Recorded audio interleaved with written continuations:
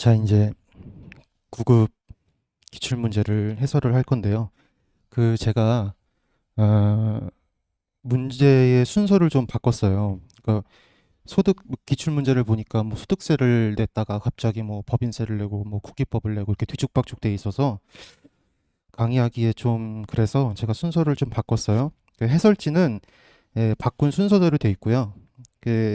제공된 그 해설지를 보시면 소득세법을 먼저 하고 그 다음에 국기법, 그다음 법인세법, 그다음 부가가치세법, 그다음 국세징수법, 마지막으로 상속세 및 증여세법 이 순서대로 할 거예요.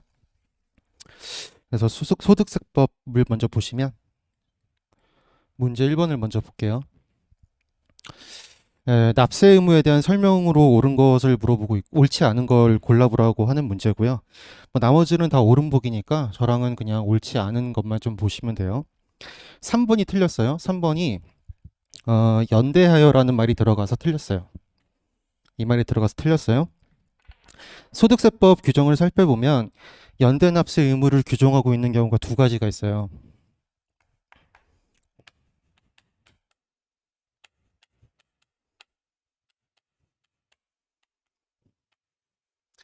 하나가 공동사업 합산과세의 경우고요.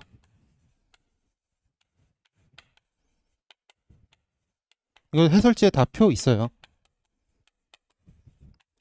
하나가 또 뭐냐면 우회 양도시 양도소득에 대한 부당행위.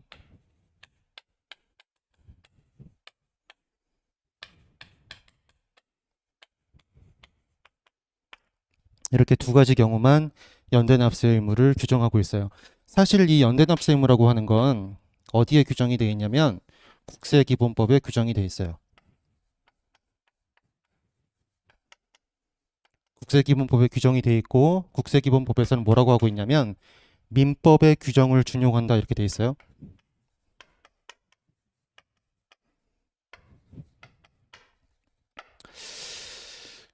국세기본법은 이미 다 알고 계시다시피 일반법이에요. 일반법. 그래서 국세기본법에서 이런 얘기를 하고 있다고요. 개별세법에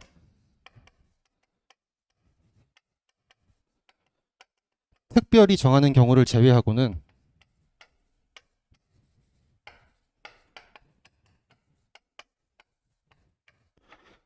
국세기본법을 따라가라 이렇게 돼 있거든요. 그런데 지금 소득세법에서 별도로 이 공동사업 합산과세랑 우회양도시 양도소득에 대해서 연대납세 의무를 별도로 규정하고 있으니까 그때는 국세기본법보다 우선해서 이 규정을 적용하는 거예요.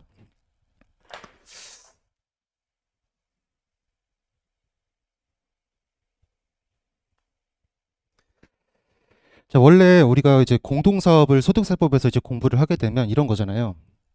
갑이라는 사업자, 을이라는 사업자, 병이라는 사업자가 이렇게 있는데 이 세 사람이 공동사업을 한다고요. 공동사업을 해서 소득을 얼마를 벌었냐면 100을 벌었다고 가정해 볼게요. 100. 이 사람들의 손익 분배 비율이 있을 거예요. 우리가 사업을 해서 돈을 벌면 요 비율대로 나눠 가지자. 이렇게 서로 약정된 손익 분배 비율이 있을 거라고요. 그 갑이 예를 들어서 50%, 을이 20%, 병이 30%라고 가정하면 이 100이라는 소득을 벌었을 때 갑이 얼마를 갖고 가냐면 50을 갖고 가고 을은 20을 갖고 가고 병은 30을 갖고 갈 거예요. 그래서 이 각자가 다른 소득과 합산해서 납세 의무를 부담할 거예요. 그런데 공동사업 합산과세라고 하는 것은 이런 거죠. 이 갑이 아버지고요. 예를 들어서 을이 아들이라고 한다면 이렇게 서로 특수관계인과의 공동사업을 하고 있고 그 해설지 보시면 요건이 나와 있어요. 그 요건은 그 표에 보시면 공동사업 합산과세라고 해서 화살표가 되어 있죠. 그 화살표를 보세요. 일단 특수관계인 간의 그 공동사업을 하고 있고 동그라미 1번을 보시면 이 공동사업자가 종합소득 과세표준 확정 신고를 할 때 그 신고서를 제출할 거 아니겠어요? 뭐 첨부서로도 제출하고 그런 그 서류들에 기재된 여러 가지 내용들이 사실과 현저하게 다르거나 혹은 이렇게 사실과 다른 이유가 조세를 회피하기 위한 목적에 기인하고 있다면 그때는 어떻게 하냐면 가장 손익분배 비율이 가장 큰 자의 소득에 합산하게 돼 있어요. 그런데 이 합산할 때 다 합산하는 게 아니라 이 주된 사업자, 이 주된 사업자와 특수관계에 있는 이 의뢰소득만 이렇게 합산하게 돼 있어요. 그래서 이 경우에는 공동사업 합산과세를 하게 되면 갑의 소득은 50이 아니라 70이 돼버리는 거예요.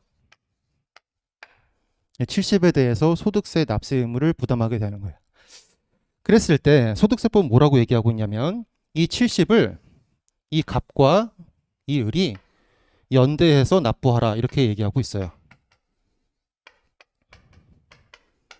이게 공동사업 합산과세 시의 연대 납세 의무예요. 자, 그러면 을은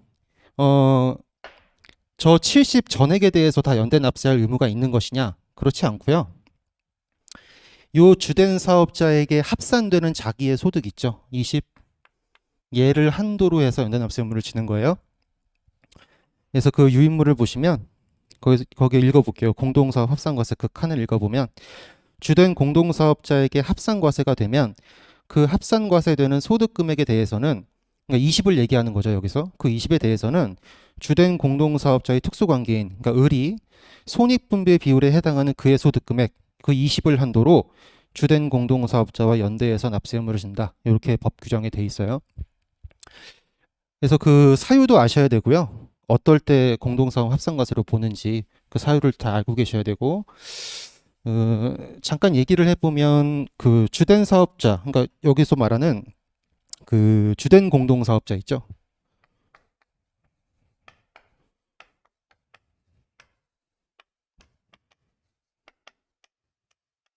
이 사람을 판단하는 게 순서대로 돼 있어요. 법에. 요 순서대로 판단하라고. 가장 1순위로 어떻게 판단하냐면 약정된 손익분배 비율이 가장 큰 자로 돼 있어요.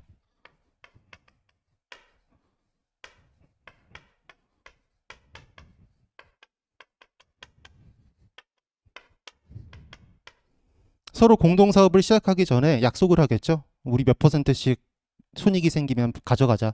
그 약정된 손익분배 비율대로 이제 그 손익분배 비율이 가장 큰 자, 그 사람을 주된 공동사업자라고 보고 있고요.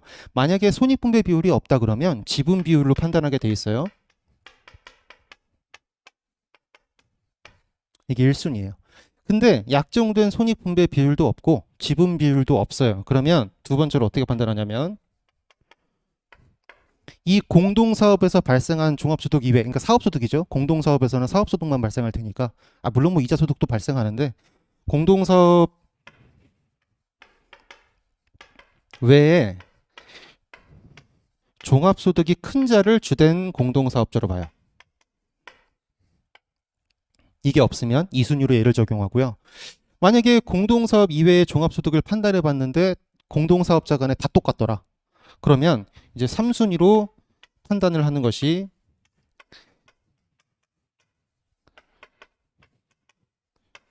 직전 과세 기간의 종합소득으로 판단해요. 이렇게 얘도 없어. 그러면 네 번째 순위 뭘로 하냐면 이 종합소득을 신고한 자를 주된 공동사업자로 봐요.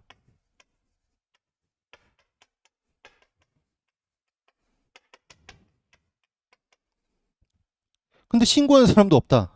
그러면 5순위로 납세지 관할세무서장이 지정할 수 있어요.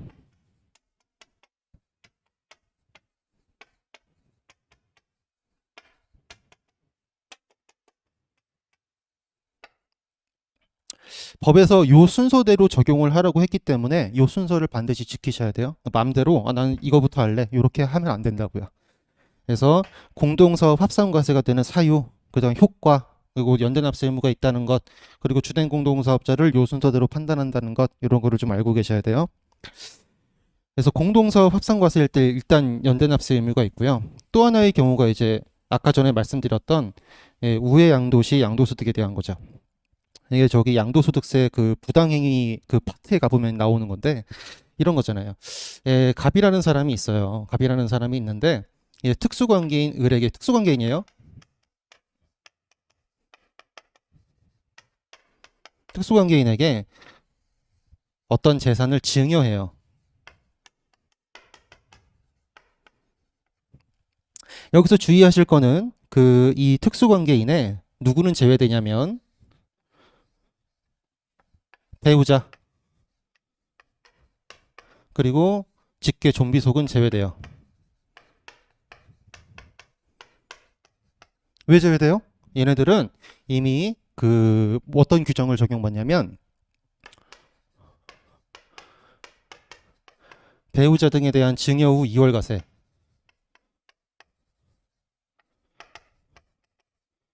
얘를 적용받기 때문에 다시 여기서 제재하지 않는 거예요. 여기서도 만약에 배우자나 직계존비속을 여기에 포함시킨다면 그러면 이 사람들에 대해서 이중제재를 하는 거니까 여기서는 이 규정을 적용함에 있어서는 이 사람들을 제외하는 거예요.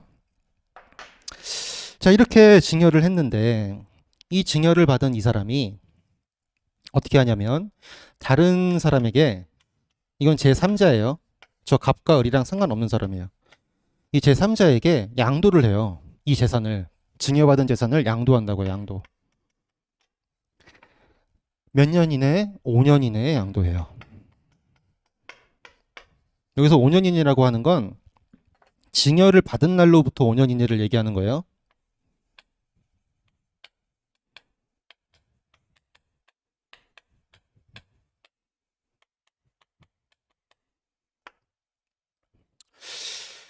자, 이랬을 때 적용을 하는데요. 한 가지 요건이 더 있죠. 이런 상황에서 이제 세금을 걷어야 될 거 아니겠어요. 어떤 세금을 걷을 거냐면 일단 저 을이라는 사람이 갑에게 재산을 증여받을 때 이 사람이 증여자, 이 사람이 수중자니까 수중자는 뭘 내야 되냐면 증여세를 내야 돼요. 이 사람이 첫 번째로 증여세를 내야 돼요. 증여세.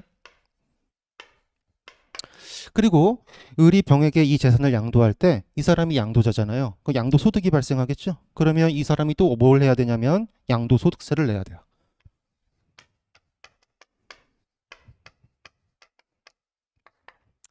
이 두 금액을 합해 본 거예요. 이 두 금액을 합해 봤는데 예를 들어서 뭐 한 100이 나왔다고 해보세요. 그래서 저거를 그냥 과세하면 되겠구나라고 생각을 했는데 갑이 만약에 병에게 직접 양도하면 어떤 일이 벌어지지라는 생각을 해본 거예요. 아니 5년은 이제 뭐 비교적 짧은 기간이니까 왜 갑이 직접 얘에게 팔지 않고 왜 이렇게 거쳐서 그러니까 말 그대로 우회해서 왜 양도했을까? 한번 뭔가 이 세금이 더 이렇게 하면은 더 많이 나오나? 이게 의심을 품게 된 거죠. 그래서 갑이 병에게 직접 양도할 때 양도소득세를 계산해 본 거예요.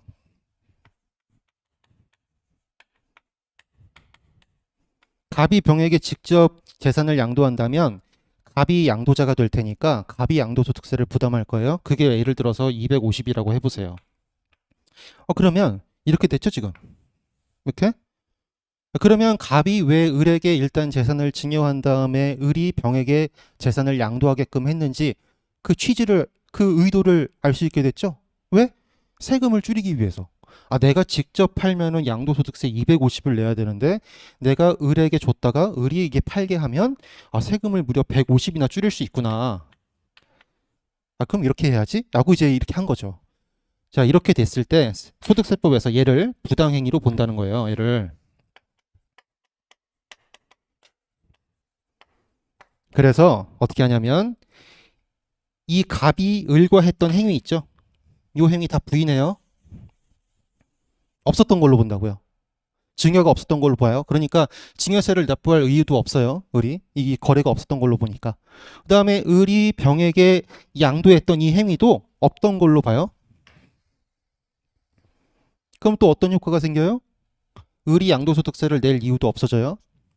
그러면 어떤 의무만 남냐면 얘만 남아야 돼. 얘만. 이걸 다 부인해버리고 너는 사실 갑 네가 병에게 판 거야. 이렇게 얘기한다고요. 이렇게 보는 거예요. 요게 이제 우회 양도의 부당행위예요.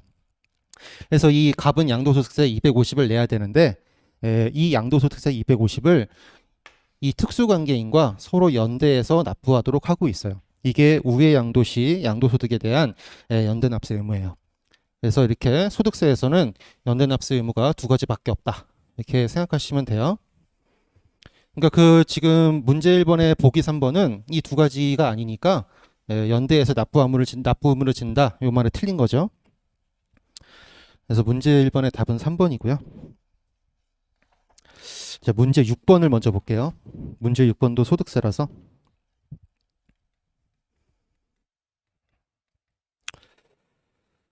이거는 이제 원천징수에 대한 걸 물어봤고요. 세율 같은 걸 물어봤는데요.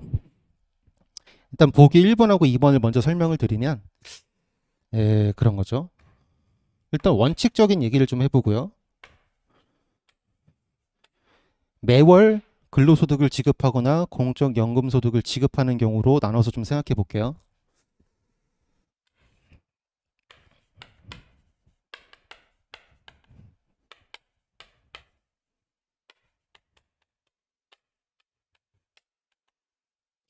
근로소득이든 공적연금소득이든 원천징수라는 건 지급하는 사람이 지급할 때 세금을 떼는 거잖아요, 말 그대로. 어떻게 떼냐면 그 원천징수 세율을 뭘로 적용하냐면 근로소득이든 공적연금소득이든 다 기본세율을 적용한다고요.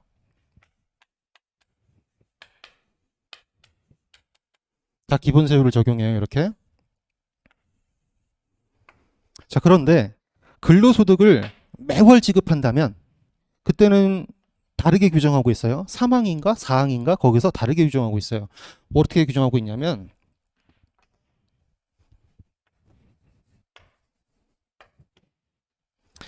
근로소득을 매월 지급하게 되면 그때는 기본세율이 아니라 근로소득 간이세액표에 의해서 원천징수하라고 돼 있어요.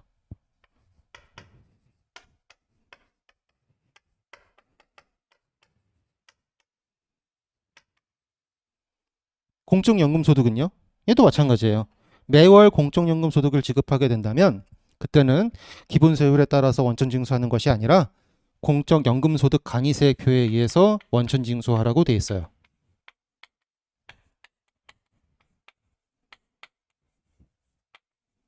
이렇게?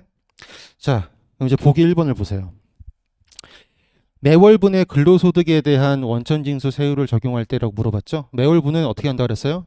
근로소득 간이세액표에 따라서 한다고 했으니까 저 기본세율을 적용한다는 말이 틀린 거죠. 그래서 1번이 틀렸고요. 2번도 마찬가지예요. 매월분의 공적연금소득은 연금소득 간이세액표를 적용해서 원천징수를 한다고 했잖아요. 그러니까 지금 여기서도 뭐 100분의 3을 적용한다는 저 말이 틀린 거죠. 그래서 1, 2번이 틀렸고요. 3번을 보시면 이제 비거주자가 이제 원천징수를 하게 되면 그 원천징수한 세금을 어디다 갖다 내야 되느냐. 근데 여기서 뭐라고 어떤 문구가 틀렸냐면 이 말이 틀렸어요. 국내 사업장과 관계없이 이 말이 틀렸어요. 해설지를 보시면 그 국내 사업장과 관계없이 그 말이 아니라 국내 사업장이 없는 경우에만 그 비거주자의 거주지 또는 체류지를 납세지로 보는 거예요. 원천징수한 소득세 납세지로 보는 거예요. 그래서 3번이 틀렸어요. 그래서 문제 6번의 답은 4번이죠. 4번.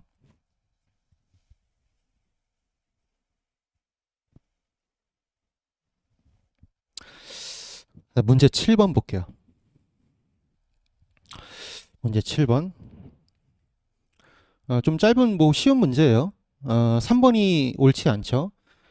이자 소득이 발생하는 재산을 이제 상속받았다면 그때 수입 시기는 실제 지급일이 아니라 상속개시일이에요. 상속개시일. 만약에 증여를 받았다면 증여일이에요. 이거는 간단하게 풀 수 있었던 문제고요. 이제 문제 8번 볼게요. 문제 8번은 이것도 그냥 뭐 외운 사람은 풀고 뭐 못 외운 사람은 못 풀고 뭐 그런 거죠. 그래서 다 해당돼요. 그 제 친구가 있는데 친구가 있는데 어느 날 갑자기 표정이 되게 안 좋은 거예요. 그래서 왜 그래? 그러니까 자기가 배가 너무 고팠대요. 배가 너무 고팠는데 마침 이렇게 길을 지나가는데 이렇게 맛있는 꿀배를 이렇게 팔더래요. 어떤 아저씨가 트럭에서 꿀배를 팔더래 배. 그래서 맛있겠다. 아저씨 정말 맛있어요. 그러니까 맛있대요. 정말 꿀이래요. 꿀. 이건 배가 아니래요. 이거 꿀이래 꿀. 꿀보다 더 달대요. 그래서 샀어요. 그래서 먹었다는 거예요. 그런데 하나도 달지 않았다는 거죠. 그러면서 나 사기당했어. 그렇게 얘기를 하더라고요. 제가 지금 뭐 한 거예요? 앞 글자 따드린 거예요?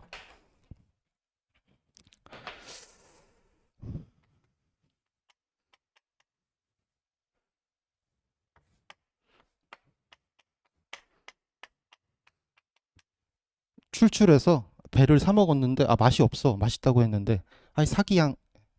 죄송합니다. 아무튼 뭐 이렇게 외우시면 돼요. 뭐 어찌됐든. 그래서 출배 사기양이 그 부당행위 규정을 적용받는 소득에 해당한다. 이렇게 외우시면 되고요. 국세기본법을 이제 갈게요. 몇 번을 보시냐면 문제 2번을 보시면 됩니다. 세무조사 기간 연장 사유에 해당하지 않는 걸 고르라고 했고요. 나머지 동그라미 1, 2, 3번은 다 세무조사 기간 연장 사유에 해당하는데 동그라미 4번이 얘는 세무조사의 중지 사유예요. 중지 사유니까 동그라미 4번이 틀렸죠. 자, 문제 4번 볼게요. 후발적 사유에 의한 경정 청구를 물어봤어요. 옳지 않은 게 몇 번이냐면 1번이 옳지 않아요. 1번을 읽어볼게요.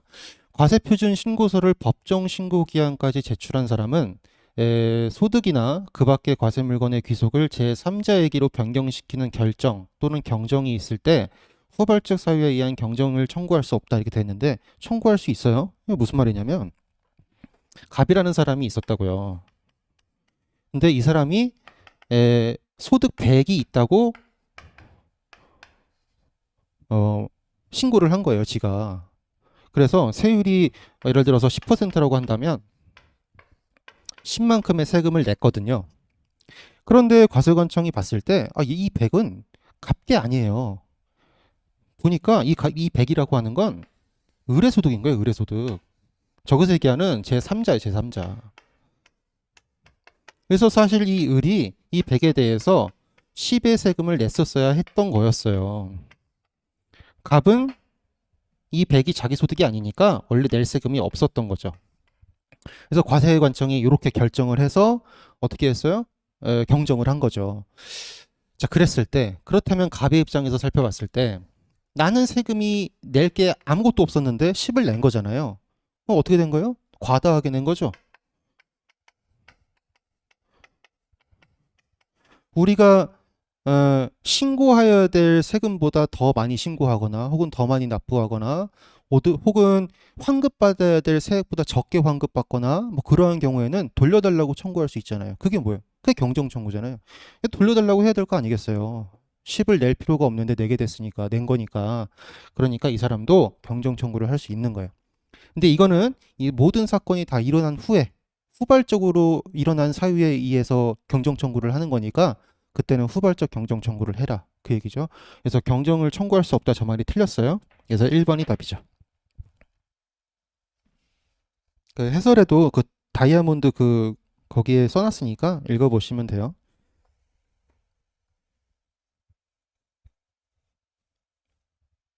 자, 이제 문제 5번을 볼게요.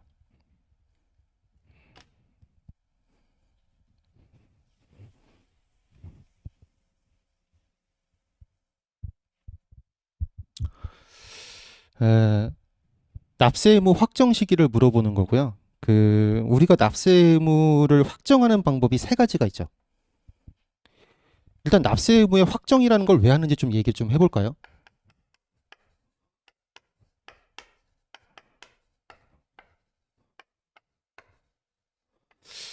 뭐 책에서 많이 보셨을 거예요. 이런 문구를 많이 보셨죠. 추상적으로 성립한 납세 의무를 구체화하는 것. 뭐 이런 문구를 보셨을 거예요. 물론 이 문장이 정확하진 않죠. 그 책에 있는 거랑. 제가 책을 외우고 다니는 건 아니니까. 뭐 이런 식으로 써 있을 거예요. 구체화한 것. 이렇게. 성립한 납세 의무를 이제 확실한 것으로 만드는 것. 그것이 납세 의무의 확정이라는 거예요. 근데 이게 사실 와닿지 않는다고요. 도대체 무슨 얘기인지도 모르겠고. 일단 납세 의무가 성립하려면 어떤 요건이 필요하냐면 과세 요건이 다 성립해야 충족해야 돼요. 과세 요건이.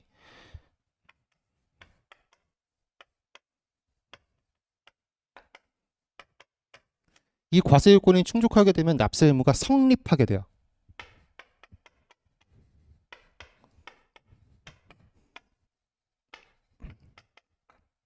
자, 그럼 과세요건이 뭔지 또 알아야겠죠? 과세요건이 뭐예요? 네 가지 있어요, 네 가지. 첫 번째, 납세 의무자. 두 번째, 과세 대상. 뭐에 대해 과세할 거냐? 다른 말로 과세 물건이라고도 해요. 자, 세 번째, 뭐예요? 과세 표준. 네 번째, 세율. 요게 이제 과세 요건이죠. 누가 세금을 내야 하며 누가 세금을 내야 할 것이며 뭐에 대해서 세금을 부과할 것이며 그리고 그 과세 대상을 금액의 단위로 환산한 것이 얼마이며 그리고 세액을 계산하기 위해서 우리가 적용할 세율은 무엇인가? 요 네 가지가 다 확정이 되면 아, 너는 요 세금을 내야 돼라고 이제 납세 의무가 성립하는 거예요. 그런 다음에 이 납세 의무가 성립하면 그 다음으로 오는 절차가 이 납세 의무의 확정이에요.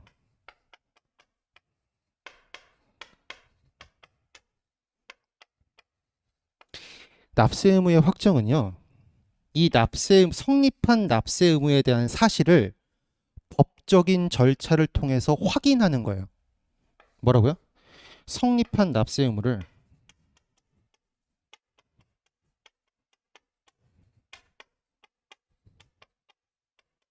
법적인 절차로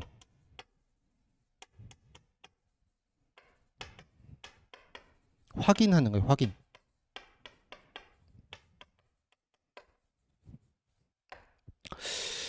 조세라고 하는 건 국가가 재정 수입의 조달을 위해서 반대급부 없이, 그러니까 해주는 거 없이 강제적으로 법률에서 정하는 납세 의무자에게 징수하는 거라고요.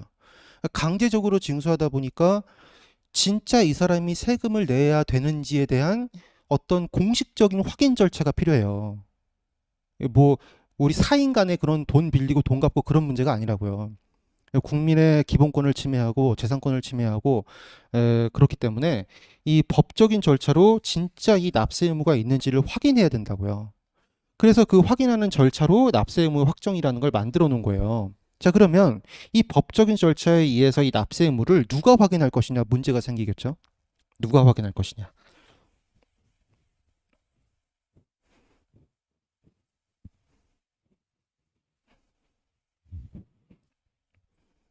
그걸 이제 납세 의무 확정의 주체라고 얘기를 해볼게요.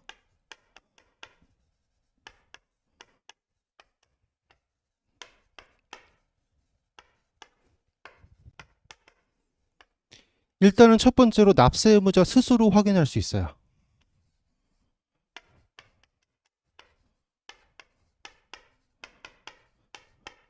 그리고 과세관청이 확인할 수도 있어요.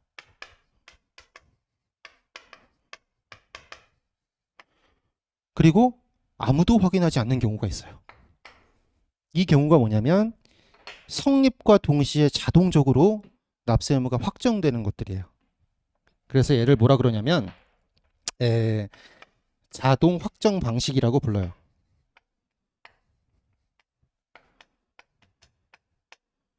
이 자동 확정 방식에 대한 걸 물어보고 있는 거예요, 지금 얘가.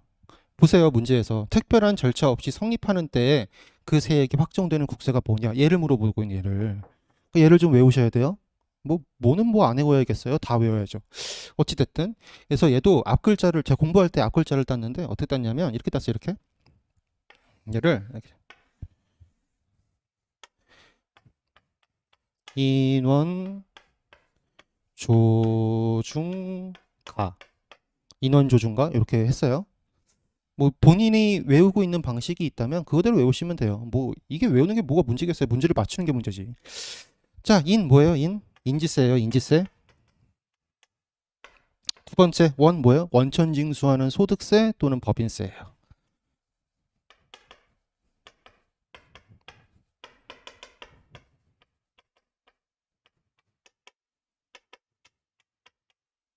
세 번째 뭐예요? 조니까 뭐예요? 납세조합이 징수하는 소득세예요.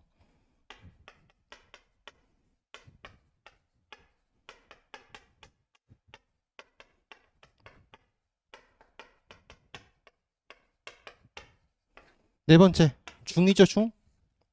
중이 뭐예요? 중간 예납하는 법인세예요. 아, 옆에다 적어볼까?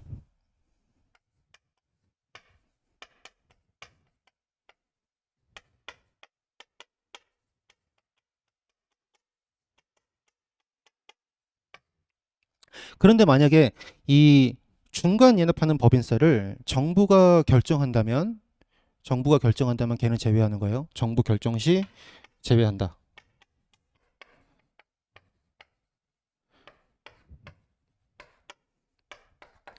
왜 제외해요? 정부가 결정했으니까 과세관청이 확정을 한 거잖아요. 그러니까 여기에 들어가면 안 되죠. 네, 당연한 얘기고요. 다섯 번째 가잖아요, 가. 가가 뭐냐면 납부지연 가산세예요.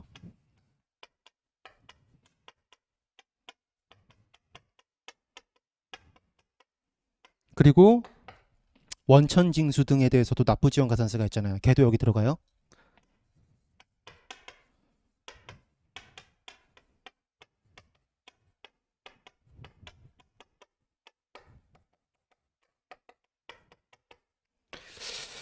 근데 이 여기서 중요한 게 있는데요.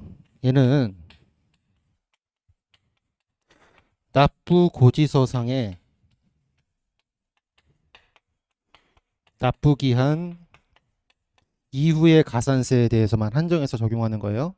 요게 이제 문구가 들어갔어요. 그러니까 이거를 잘 기억해 보세요. 그래서 이제 요거에 해당하는 걸 고르면 되는 거죠. 그래서 그게 뭐냐면 니은, 디귿, 리을 요게 되는 거죠. 자, 요게 이제 자동 확정 방식이고요. 다시 요 얘기로 올라와서 납세 의무 확정의 주체가 납세 의무자다. 그러면 얘를 뭐라 부르냐면 신고 납부 방식이라고 불러요.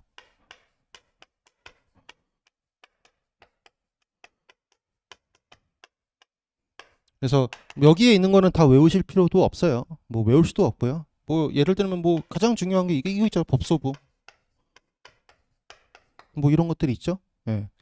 그다음에 과세관청이 납세 의무 확정의 주체가 되는 거를 정부 부과 방식이라고 불러요.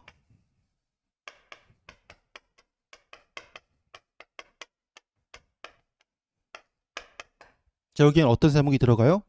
요거 이외의 것들.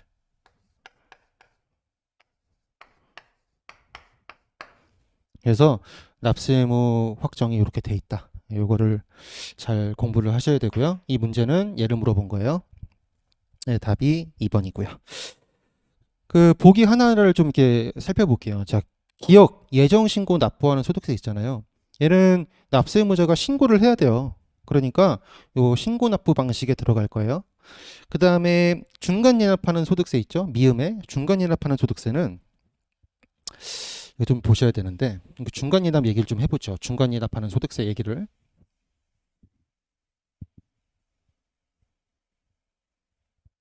납세지 관할 세무서장은요. 종합소득이 있는 거주자에 대해서 과세기간이 이렇게 있다고 할 때 1월 1일부터 6월 30일까지를 뭘로 정하냐면 중간 예납 기간으로 정해요.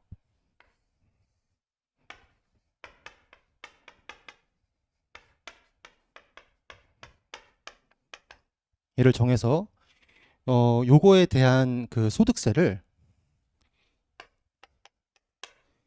11월 30일까지 결정해서 부과해야 돼요.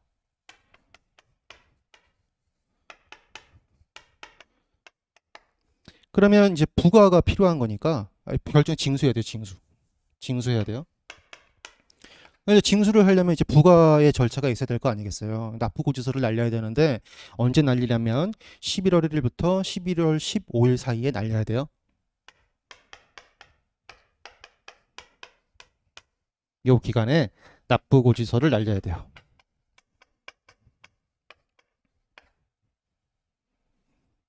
이 납부고지서에서는 뭐가 써 있을 거냐면 중간예납세액이 얼마다 이렇게 써져 있을 거예요. 중간예납세액이 여기 적혀 있겠죠.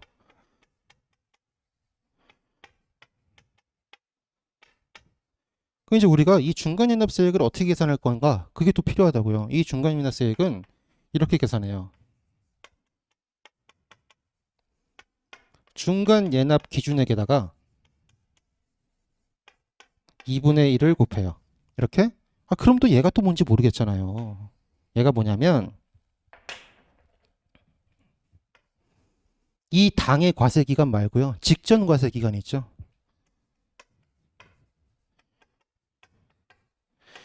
직전 과세기간에 대한 종합소득세가 있을 거예요. 종합소득이 있을 거예요. 종합소득 금액이. 이거에 대해서 소득세를 내야 될 거 아니겠어요. 그래서 소득세로서 납부하였거나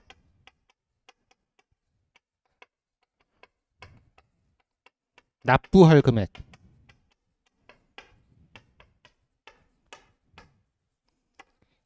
얘를 중간연합 기준액이라고 불러요. 거기다가 2분의 1을 곱한 거를 올해의 중간연합 세액으로 결정해서 징수하겠다는 거예요. 부과하고 징수하겠다는 얘기예요. 그러면 이 직전 과세 기간에 대한 종합소득 금액에 대한 소득세 요거는 그 직전 과세 기간 1년치잖아요. 1년치. 12개월치라고요. 여기다가 2분의 1을 곱하면 6개월치가 나올 거 아니겠어요. 그러니까 올해도 직전 과세 기간만큼 네가 소득이 발생한 걸로 내가 가정을 하고 작년은 12월치니까 내가 올해다가 거기다가 2분의 1을 곱해서 6개월치를 내가 결정해서 너한테 부과할게. 요 얘기라고요. 요게 소득세 중간연합이에요. 그러면 우리가 이미 계속 얘기했지만 이 정부가 결정해서 징수하는 거거든요. 그럼 납세 의무 확정을 누가 하고 있어요? 과세관청이 하고 있잖아요. 그러니까 얘는 정부 부과 방식의 국세가 된다고요. 자, 그런데 이런 경우가 있어요. 이런 경우. 어떤 경우가 있냐면 납세자가 자기 나름대로 요 중간 연합 기간에 대한 그 소득세를 계산해 본 거예요. 그러니까 6개월치 내가 번 돈을 갖고 한번 소득세를 계산해 본 거죠. 그걸 이제 뭐라 그러냐면 중간 연합 추계액이라고 불러요.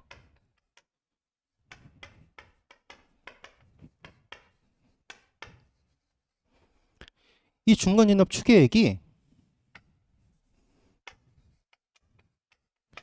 중간 연합 기준액에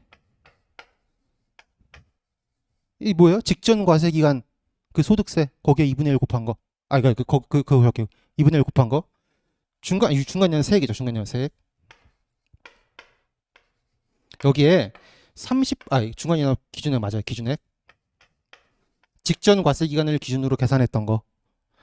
그 기준액 거기에 30%에 미달하면 정부가 결정한다 하더라도 자기가 신고할 수 있어요. 중간연합 신고를 할 수 있어요. 언제 할 수 있냐면 11월 1일부터 11월 30일 내에 요 기간 이내에 중간연합세액을 신고할 수 있어요.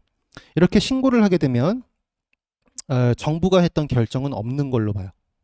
그러니까 정부가 결정한 적이 없는 걸로 봐요. 이때는 어떻게 되겠어요? 납세 의무 확정이 납세자가 한 게 되겠죠. 그러면 그때는 신고 납세 방식으로 보는 게 맞을 거예요. 이게 중간 연합하는 소득세였고요. 이제 비읍도 보면 수시부과에서 징수하는 국세가 돼 있죠. 지금 제가 방금 말씀드렸던 중간 연합 해설지에 다 있어요. 읽어보시면 되고요. 수시부과에서 징수하는 국세가 있어요. 얘도 정부가 부과해서 징수하는 거예요. 그러니까 납세 의무의 확정을 과세권자가 하고 있으니까 얘도 정부 부과 방식으로 보는 게 맞아요. 그래서 자동 납세 방식은 니은, 디귿, 리을 이렇게 세 가지다. 이렇게 보시면 돼요. 자, 문제 13번 볼게요. 13번.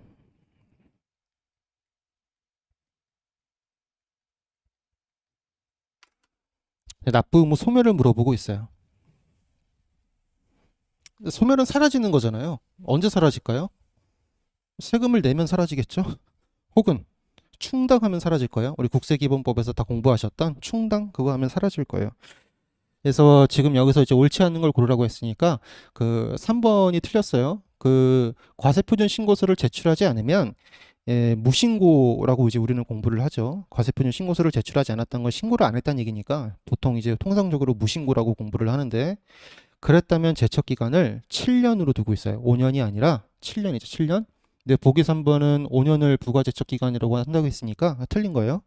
7년으로 하고요. 만약에 그 거래가 역외 거래였다면 10년을 적용하도록 돼 있어요. 그래서 3번이 틀렸고요. 18번 볼게요. 18번. 야, 이것도 그냥 단순 암기 사항이죠. 국세환급금 발생일이 언제냐. 또 되게 헷갈리잖아요. 저도 공부해봐서 아는데, 되게 공부하기 짜증나고요, 이 부분이. 뭐가 틀렸냐면 1번에 틀렸어요. 적법하게 납부된 후에 법률이 개정돼서 환급하는 경우에는 당초 과세표준 신고일이 아니라 개정된 법률의 시행일이에요. 그때부터 국세환급금이 발생하는 날로 봐요. 이렇게. 자, 이제 법인세를 할 건데요. 문제 3번을 보시면 입금 불산입 항목을 물어보고 있어요. 일단 답부터 말씀을 드리면 3번이 옳지 않아요. 3번이 옳지 않고요. 보기 4번에 보시면 부가가치세 매출세액은 입금에 산입하지 않는 게 맞아요. 왜냐하면 매출세액은 내가 부가가치세는 거래 징수를 하잖아요. 뭐 잠깐 부가세 얘기를 해보면 사업자가 있어요. 이제 통상 이 사람을 이제 공급자라고 얘기를 하고 이 사람이 재화나 용역을 이렇게 공급하죠. 재화나 용역을 이렇게 공급해요. 누구에게 공급하냐면 최종 소비자에게 공급할 수도 있고 뭐 그다음 단계의 사업자에게 공급할 수도 있고 뭐든 좋아요. 뭐든 좋고 고객에게 저기 공급한다고 해보세요. 그러면 고객을 공급받는 자라고 얘기를 하잖아요.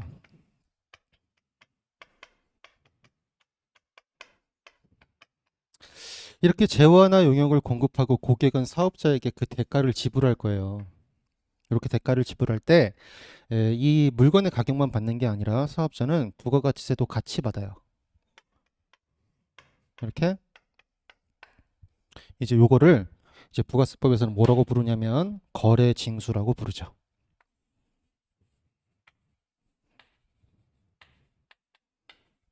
말 그대로 재화나 용역을 대가와 거래하는 교환하는 그 거래에서 부가세를 징수한다. 그래서 거래 징수라고 불러요.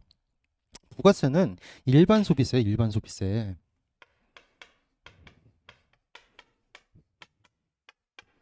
소비세라고요. 소비세는 뭐예요? 내가 소비할 때 세금을 부담하는 것. 그것이 소비세예요. 근데 생각해 보세요. 고객이 어떤 물건을 살 때마다 부가세를 납부해야 된다고 생각해 보세요. 예? 뭐 편의점에 가서 뭘 사도 다 부가세 붙죠? 그럼 뭐 살 때마다 부가세 내야 되고 어디 식당에 가서 밥을 먹어도 부가세 있으니까 또 부가세 내야 되고 이런 미쳐버려요. 어떡하냐고요. 그러니까 사업자가 미리 떼라는 거예요. 미리 받으라는 거예요. 네가 대신 받아서 네가 나중에 한꺼번에 내. 요게 이제 거래징수라고요. 이렇게 받는 요 금액 요게 이제 사업자 입장에서는 뭐가 될 거냐면 매출할 때 부가가치세액이니까 얘를 매출세액이라고 불러요.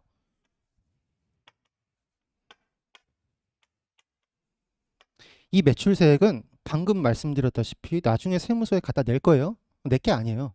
그러니까 내가 세무서에 갖다 낼 일종의 빚이라고 부채. 그래서 얘를 회계처리를 어떻게 하냐면 부가세 예수금이라고 불러요.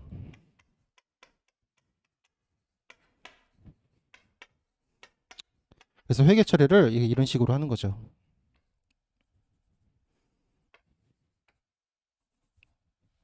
부가세 이거 예수금은 부채니까 대변에다 써야겠죠. 만약에 100원짜리 재화였다면 부가세를 포함해서 110을 이렇게 받고요. 그 중에 부가세 예수금 얘 부채예요. 매출세액이에요. 얘 세무서에 갖다 낼 거니까 부채라고요. 이렇게 10 해놓고 여기다가 매출 100 이렇게 회계처리를 한다고요. 얘는 부채이기 때문에 입금 항목에 포함하지 않는 게 맞아요. 동그라미 4번은 그래서 맞는 거예요. 혹시나 헷갈리실까봐 제가 한번 설명드렸고요. 여기는 이제 동그라미 3번에 대해서 할 얘기가 많죠. 결론부터 말씀을 드리면 입금에 산입하지 아니한다라는 문구가 틀렸어요. 아니한다라는 게 아니라 아니할 수 있는 거예요.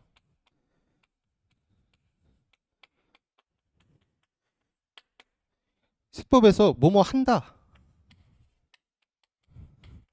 뭐뭐 할 수 있다. 이거는 어마무시한 차이가 있어요. 공부하실 때 반드시 이거 보셔야 돼요. 얘는 뭐예요? 강제사항이에요. 강제사항. 무조건 그렇게 한다고 하는 거니까. 할 수 있다는 임의사항이에요. 임의사항. 할 수도 있고 안 할 수도 있고. 그러니까 뭐뭐 한다. 뭐 예를 들어서 세금을 납부해야 한다. 이렇게 한다면 납부를 안 하면 큰일 나는 거예요. 잡혀가요. 할 수 있다. 그러면 안 해도 돼요. 제재가 없다고요. 뭐 그런 걸로 좀 생각을 해보시면 되고요. 그래서 아니할 수 있다가 맞는 문장이에요. 지금 여기서 동그라미 3번에서는 채무의 출자 전환으로 인한 채무 면제 이익을 얘기하고 있는데요. 그걸 좀 설명해 볼게요. 우리가 이제 그 주식을 발행한대요. 주식.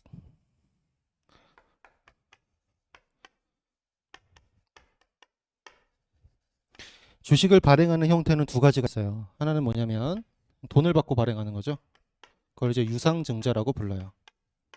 하나는 그냥 돈을 안 받고도 그냥 주식을 주는 거예요. 이걸 무상증자라고 해요. 이제 우리가 얘기할 건 얘예요. 얘. 얘에 대해서 얘기를 해볼 건데 우리 주식에는 액면금액이 있다고. 액면금액.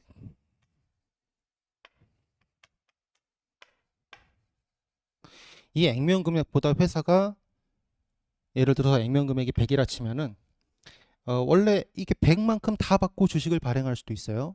혹은 80만 받고 발행할 수도 있어요. 혹은 150을 받고 더 많이 받고 발행할 수도 있어요. 자, 요 발행의 경우를 우리가 초과 발행이라고 부르고요.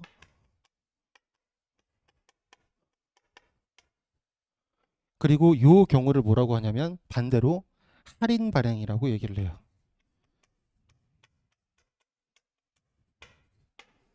말 그대로 할인해서 받았잖아. 할인해서 발행했잖아요. 그러면 요 경우 할인 발행하는 경우에 회계 처리가 어떻게 될 거냐면 이렇게 될 거예요.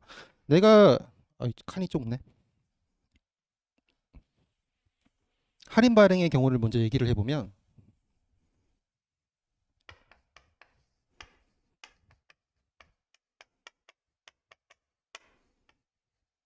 액면가는 100인데요. 실제로 발행은 80에 한 거예요. 그러면 나는 100짜리 주식을 80만 받고 발행한 거잖아요. 실제로 현금이 80밖에 안 들어온다고요. 이렇게. 하지만 여전히 내가 발행한 그 주식의 액면가는 여전히 100원이에요. 그게 달라지는 건 아니에요. 그래서 그 액면가를 자본금으로 이렇게 계산한다고요. 100 이렇게. 대체가 안 맞잖아요. 왜 안 맞아요? 싸게 발행했기 때문에 안 맞는 거죠. 이 20을 주식 할인 발행 차금이라고 회계 처리해요.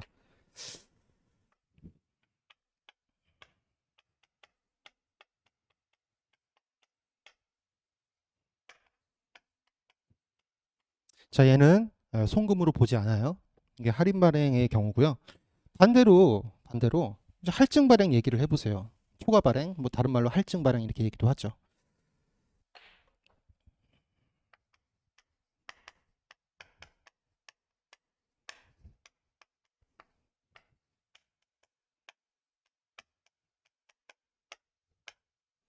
얘는 어떻게 한 거냐면 액면가가 100원짜리인데 실제로 발행을 얼마에 한 거냐면 150에 한 거예요. 더 많이 받은 거죠. 그러면 나는 주식을 100원짜리를 발행했지만 돈을 더 받았잖아요. 현금이 150이 들어온다고요. 하지만 내가 발행한 주식은 여전히 이번에도 그냥 100원짜리, 100원짜리.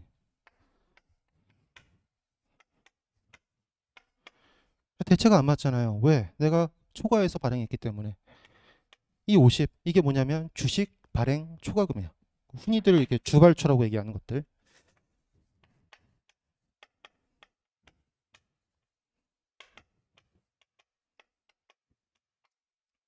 얘는 입금 항목이 아니에요. 입금 불산임 항목으로 열거되어 있어요. 자, 우리 법인세 입금의 정의를 한번 생각해 보면 법인의 순자산을 증가시키는 거래로 인해서 발생하는 수익의 금액으로서 자본거래, 그 다음에 입금 불산입 항목으로 열거되어 있는 것은 제외한다. 이렇게 되어 있죠. 얘가 열거되어 있다고요. 입금 불산입 항목으로. 그러니까 얘는 입금 불산입 항목이 아니에요. 입금 항목이 아니에요. 그런데 이제 이런 경우가 생기는 거예요. 뭐냐면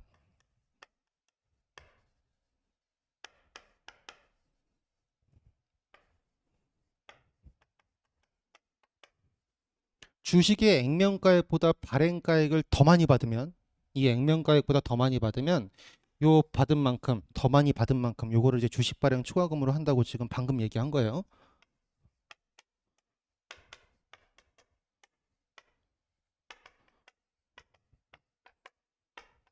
그런데 내가 더 받은 저 발행가액이 시가보다도 커요. 시가. 주식의 시가가 있거든요. 그 시가보다 다 크면 어떻게 할 것인가? 그럴 때는 이 전액을 다 주식 발행 추가금으로 보는 것이 아니라 이 둘을 쪼개요. 어떻게? 얘만 주식 발행 추가금으로 보고요.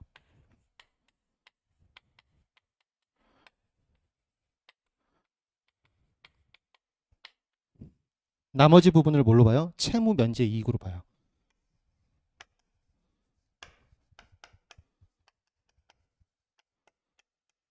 그러니까 지금 이 상황이 어떤 상황이냐면 내가 원래 주식을 발행하면서 돈을 받아야 되는데 돈을 받지 않고 내가 부담하고 있던 부채, 빚을 탕감받기로 약속한 거예요. 그러니까 아까 했던 회계 처리 있죠. 아까 주식 발행 초과금 초과 발행했을 때 회계 처리를 어떻게 했었냐면 이렇게 했었다고요.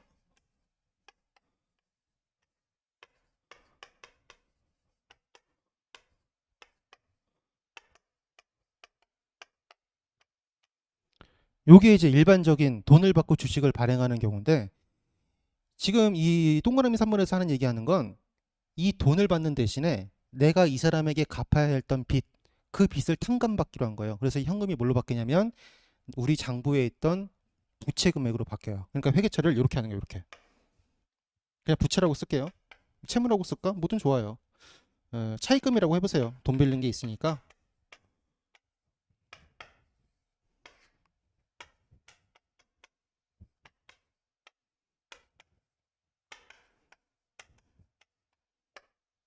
이렇게 하겠다는 건데 만약에 시가가 120이었다면 여기 해보세요. 발행가액이 지금 150, 지금 액면가액이 100.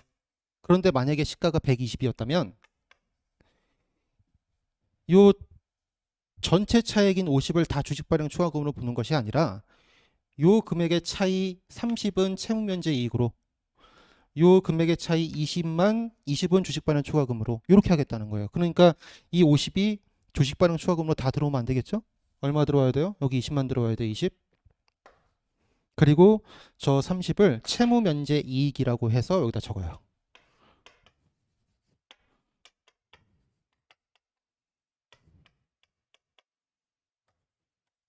이렇게. 이 채무 면제 이익은 자본 거래도 아니고요. 입금 불산입 항목으로 열거돼 있지도 않고요. 그래서 원칙적으로는 입금이에요. 법인이 부채가 줄면서 순자산이 증가하고 있잖아요. 그래서 얘가 입금인데 이거에 대해서 특례 규정을 두고 있어요.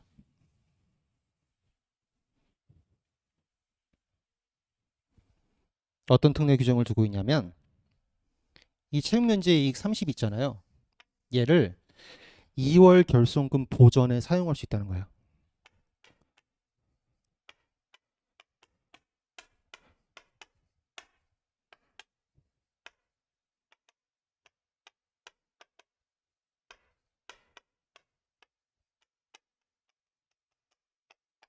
사용할 수 있는 거예요. 무조건 사용하는 게 아니에요. 할 수 있다니까 2월 결손금 보전에 사용할 수도 있고요. 사용하지 않을 수도 있는 거예요. 자, 결손금이 뭐냐면 입금을 초과하는 송금의 금액, 그게 결손금이에요. 뭐라고요?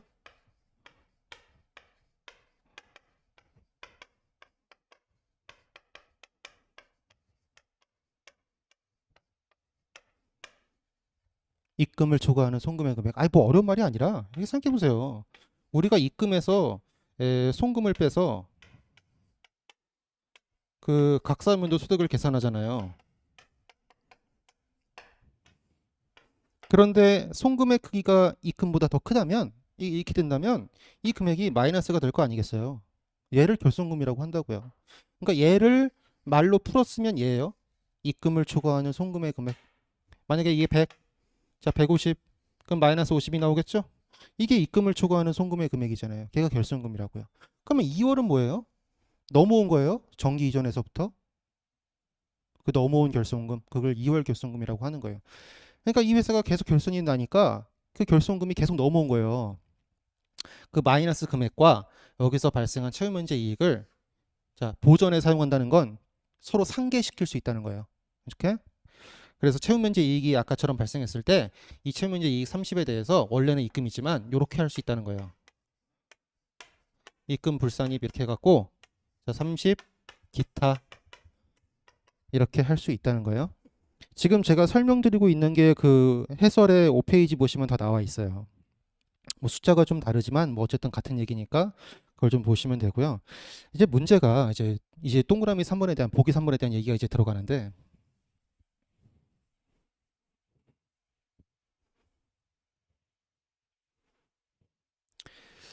여기 그 해설지에 있는 그 가정대로 표 위에 2월 결손금 10이라고 가정해 놓고 있다, 이렇게 그거 보이시죠?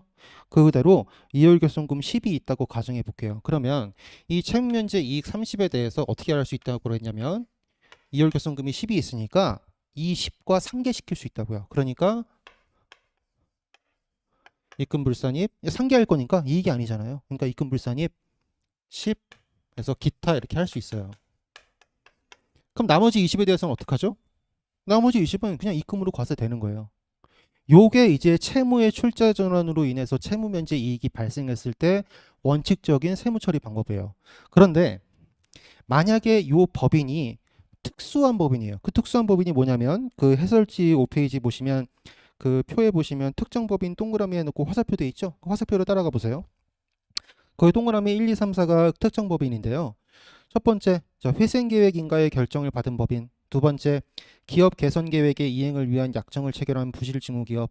세 번째, 금융회사 등과 경영 정상화 계획의 이행을 위한 협약을 체결한 법인. 네 번째, 사업 재편 계획 승인을 받은 법인. 이런 법인이라면 좀 특례를 적용하겠다는 거예요. 그 법인들의 공통점이 뭐냐면 이 법인이 거의 다 죽어가고 있어요. 보세요. 동그라미 1번 회생해야 돼요. 죽어가고 있어요. 동그라미 2번 부실징후기업이에요. 동그라미 3번 경영 정상화를 해야 돼요. 얼마나 경영이 개판이면. 동그라미 4번 사업 재편을 해야 돼요. 사업이 이게 뭐예요? 다 결손이 발생하고 있다는 기업이거든요, 지금. 그러니까 이들 기업, 지금 여기서 말하고 있는 특정 법인이라고 하는 법인들은 결손금이 무지하게 쌓여 있을 거예요.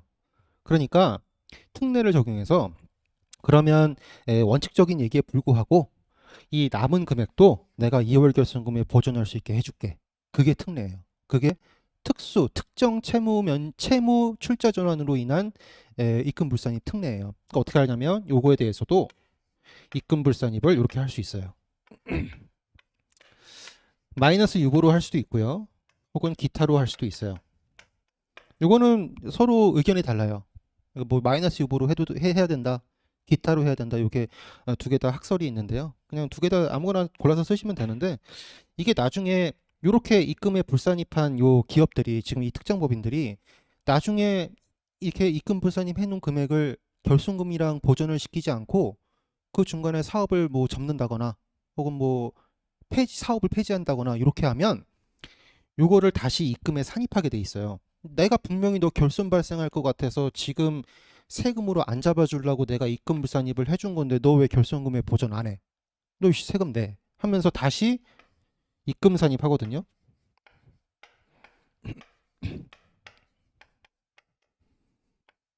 이 얘기가 뭐냐면 사후 관리를 하겠다는 얘기예요. 우리가 사후 관리를 하겠다고 하면 유보로 처분하거든요. 그래서 제가 개인적으로는 유보로 처분하는 게 맞다고 생각하는데 뭐 교수님들이 뭐 이것도 맞다고 하시니까 뭐 진짜 저는 모르겠어요. 교수님들이 뭐 왕이죠, 왕. 교수님들이 저보다 더 많이 배우시고 공부도 많이 하신 분들이니까 그렇게 하시면 돼요. 그래서 그 관련 법조문을 제가 써놨어요. 그 해설지에 와보시면 20 마이너스 유보 또는 기타 해놓고 화살표가 되어 있죠. 거기 따라가 보시면 자산 수중 이익 또는 채무 면제 이익의 2월 결손금 보전 규정을 적용받지 아니한 금액. 얘가 뭘 얘기하는 거냐면 요 20을 얘기하는 거예요. 자산 수중 이익 또는 채무 면제 이익의 2월 결손금 보전 규정. 얘가 얘예요, 얘. 2월 결손금 보전 규정. 얘를 받지 아니한 금액. 얘에 대해서 어떻게 할 수 있다고요? 입금에 산입하지 아니하고 그 이후에 각 사업연도에 발생한 결손금의 보전에 충당할 수 있다 이렇게 돼 있잖아요. 그러니까 충당한다가 아니죠. 충당할 수 있는 거니까 이렇게 입금 불산입 해도 되고 뭐 하기 싫으면 뭐 안 해도 되고 그 얘기예요. 근데 보기 3번에서는 이렇게 돼 있잖아요. 채무의 출자 전환으로 액면 금액 이상의 주식 등을 발행하는 경우. 그러니까 이거 할증 발행 얘기하는 거예요, 지금.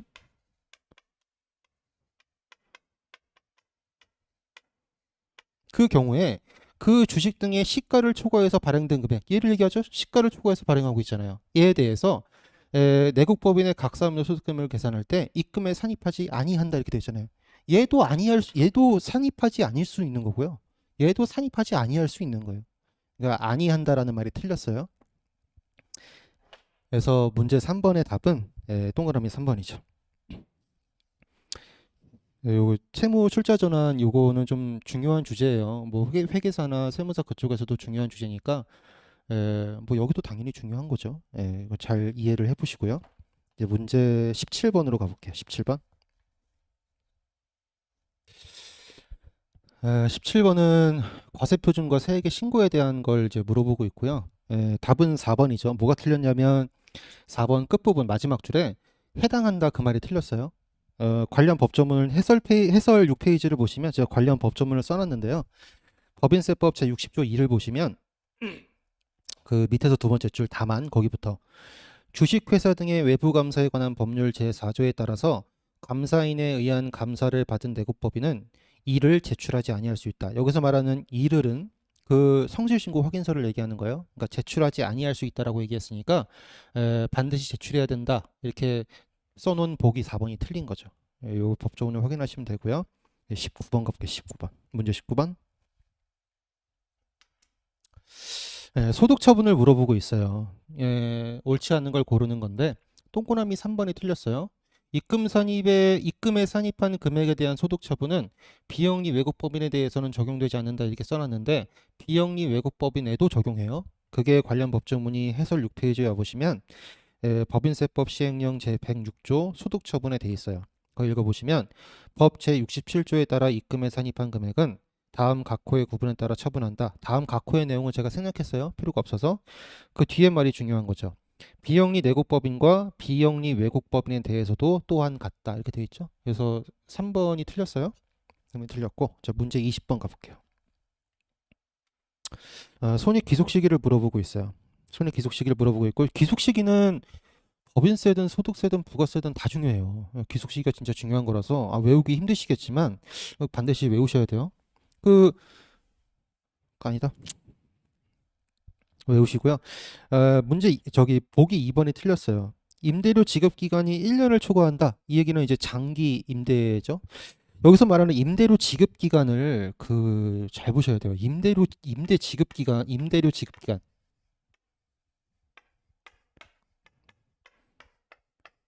이게 대충 공부하시는 분들은 얘를 어떻게 이해하고 계시냐면 임대 기간으로 잘못 이해하고 있어요.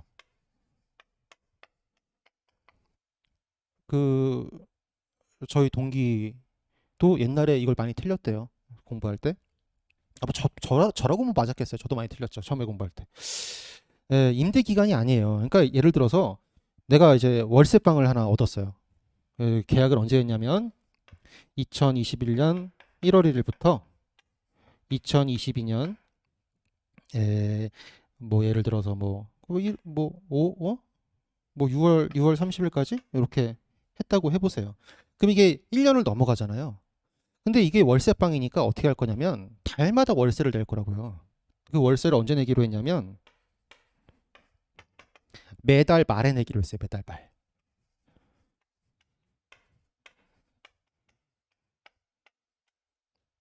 자, 그럼 얘는 장기 임대예요, 단기 임대예요? 얘를 장기라고 하면 안 된다고요. 그러니까 이 임대료 지급 기간을 임대 기간이라고 이해하고 있는 사람들은 어떻게 생각하냐면 계약 기간이 1년이 넘어가네. 1년을 초과하네. 장기네. 이렇게 한다고요. 이렇게 하면 수험 생활이 장기가 되는 거예요.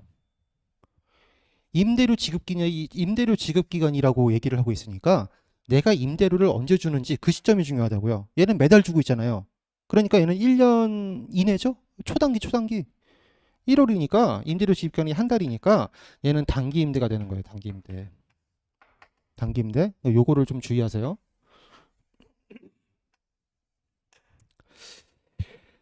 이렇게 이제 임대료 지급 기간이 1년을 초과하게 되면 그때 귀속 시기는 거기 보기 2번에 있는 대로 실제 지급일이 속하는 사업연도의 입금과 송금으로 하는 게 아니라 그 각각 당의 사업연도의 입금과 송금으로 해요. 그러니까 이거를 좀 쉽게 얘기하면 흔히들 그렇게 얘기하죠.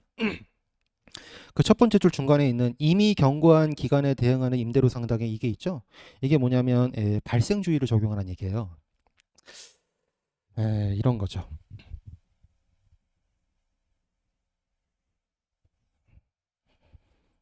우리가 2021년 1월 1일부터 2023년, 2022년 12월 31일까지 2년에 걸쳐서 어떤 월세방을 계약했다고 해보세요. 자, 그러면 이렇게 될 거 아니겠어요? 21년도 말, 22년도 말 이렇게. 근데 매달 월세를 줄 수도 있지만 내가 그냥 미리 월세를 줬어요. 선불로. 예를 들어서 뭐 2,400만 원을 줬다고 해보세요. 그냥. 그러면 내가 요 날에 2,400만 원을 줬을 때 지금 임대료 지급 기간은 어떻게 되냐면 1년을 초과하는 기간에 대해서 한 번 해주고 있잖아요. 뭐 더 이해를 쉽게 하려면 그냥 후불로 줬다고 해보세요. 후불로 한다고 해보세요. 후불로. 그러면 회계 처리를 어떻게 할 거냐면 이 임대를 개시하는 시점에 이렇게 할 거예요. 나는 아직 2,400만 원을 안 줬죠. 부채예요.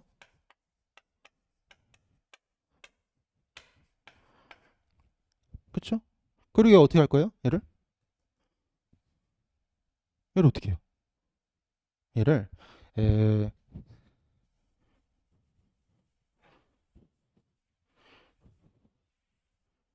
임대료 이렇게 할 거, 임차료 이렇게 할 거라고요. 내가 월세를 내는 거니까. 자, 임대료 지급 기간이 지금 2년에 한 번 딱 주고 있으니까 1년을 초과하는 장기 임대예요. 근데 내가 나중에 2,400을 줄 거기 때문에 지금 현재로서는 이게 부채라고요. 이렇게 1년을 초과하는 임대에 있어서는 발생주의를 적용하는 거예요.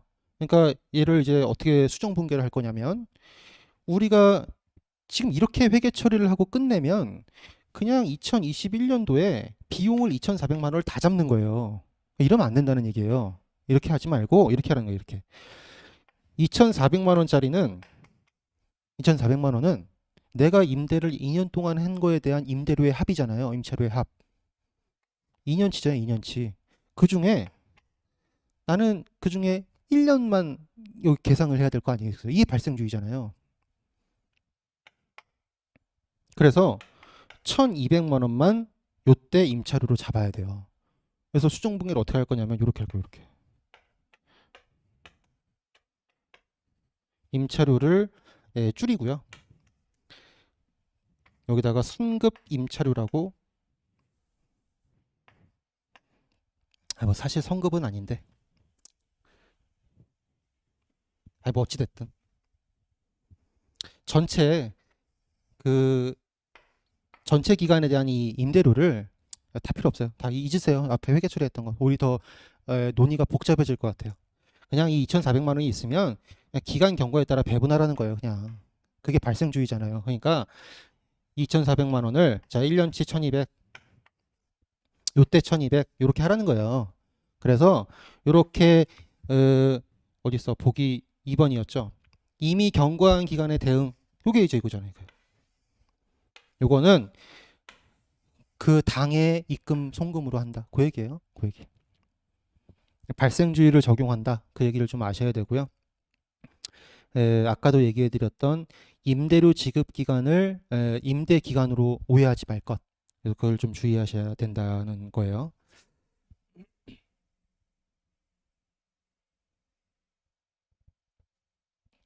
그래서 이번에 답은 2번이고요.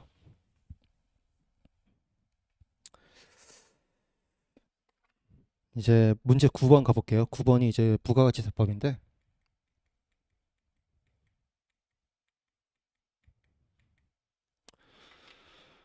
과세표준을 물어보고 있어요. 과세표준을 물어보고 있고 이제 옳은 걸 고르는 거죠. 4번이 옳고요. 나머지가 다 틀려요. 그러니까 1번이 뭐가 틀렸냐면 1번을 읽어볼게요. 시가 500원 그리고 원가가 450원인 재화가 있는데 얘를 공급했대요. 얘를 공급했는데 어떻게 공급했냐면 교환 거래한 거예요. 교환 거래. 시가 480원인 재화를 받고 내가 시가 500원짜리 원가 450원짜리 재화를 준 거예요. 서로 교환한 거예요. 이렇게 교환을 할 때 그 우리 부가가치세 과세표준 책을 뒤져보시면 아시겠지만 그 대가를 금전으로 받는 경우가 있고요. 이 책에서 보셨죠? 금전으로 받는 경우, 금전 이외의 것으로 받는 경우 이렇게 있잖아요. 금전으로 받으면 과세표준을 어떻게 할 거냐면 그냥 그 금전이에요. 그 대가 이렇게 써져 있고요. 책에. 금전 이외의 대가로 금전 이외의 것으로 대가를 받게 되면 내가 공급한 재화의 시가로 하게 돼 있어요.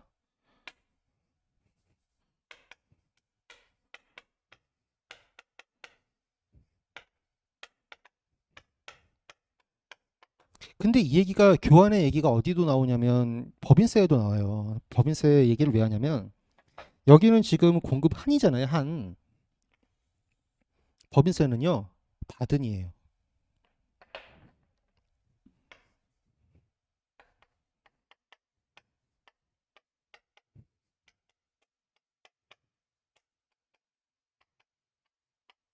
요거를 잘 구분하셔야 돼요. 자, 여기서는 공급 한이다. 그래서 공급한 재화의 시가로 하게 돼 있으니까 과세 표준을 480원으로 하면 안 되고 내가 공급한 재화 그 시가 500원 걔를 과세 표준으로 하셔야 돼요. 그래서 1번이 틀렸고요. 동그라미 2번은 이제 부당행위인데요. 그 동그라미 2번에 대한 그 부차적인 설명을 제가 그 해설지 7페이지 거기다가 그림을 그려놓은 거예요.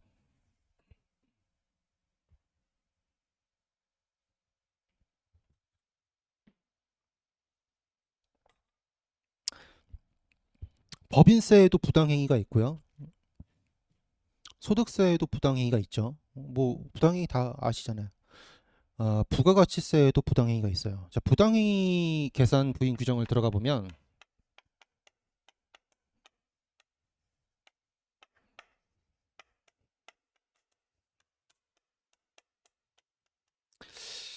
법인세법에서는 법인이, 소득세법에서는 뭐 거주자가 뭐 이렇게 시작하겠죠. 어떤 사람이 뭐든 좋아요. 어떤 사람이 특수관계인과 거래를 하는 거예요.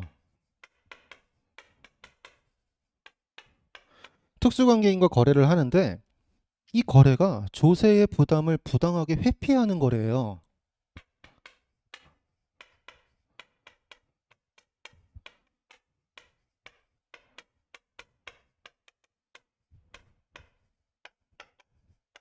그렇다면 과세관청이 어떻게 하겠다고 하는 거냐면 이 계산, 그러니까 이걸 이렇게 조세 부담을 부당히 회피하는 계산을 했겠죠? 뭐 법인이든 뭐 거주자든 뭐 이렇게 했을 거 아니겠어요? 그러면 그 법인이나 거주자가 한 계산을 싹 다 무시하고요. 과세관청이 새로 계산하겠다는 거예요.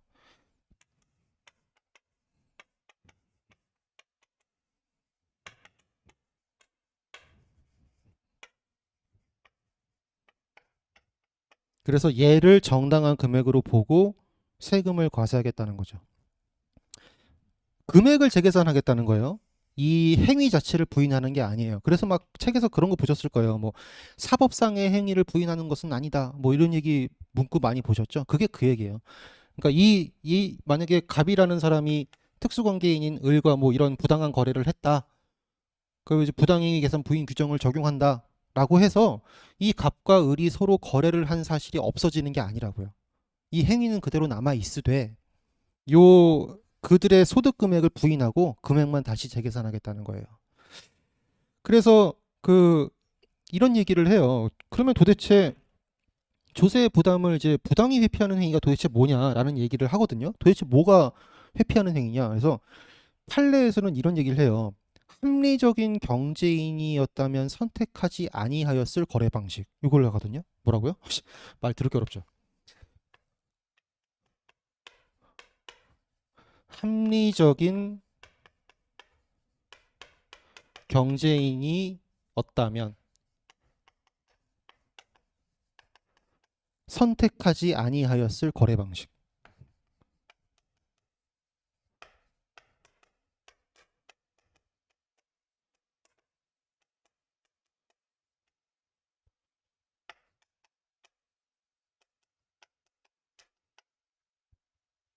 그걸 선택함으로써 거래를 했다는 거예요. 합리적인 경제인이라고 하는 거는 그냥 일반적인 사람을 얘기하는 거예요. 우리 일반적인 정상적인 사고를 하는 사람들. 그런데 그런 사람들이라면 선택하지 않았을 거래 방식이래요. 이게 뭐예요? 저가 공급, 무상 공급을 이렇게 어렵게 얘기하는 거예요. 생각해 보세요. 저가 공급.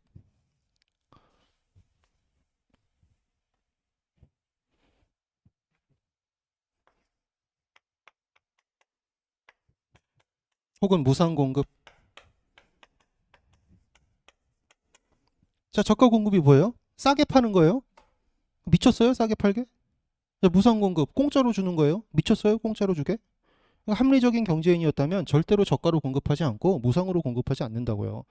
아니 물론 뭐 시장에 뭐 좀 깎아주고 뭐 가끔 뭐 서비스로 덤으로 좀 얹어주고 이런 건 있겠지만 그런 걸 얘기하는 게 아니잖아요.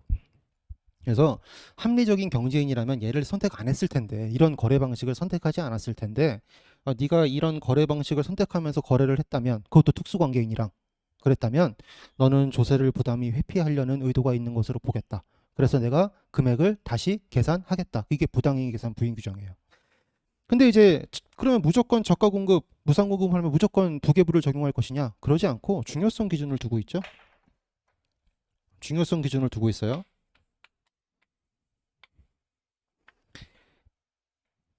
시가와 네가 받은 그 대가, 요 차액을 일단 계산해 봐서 이 차액이 이 시가의 5% 이상이거나 혹은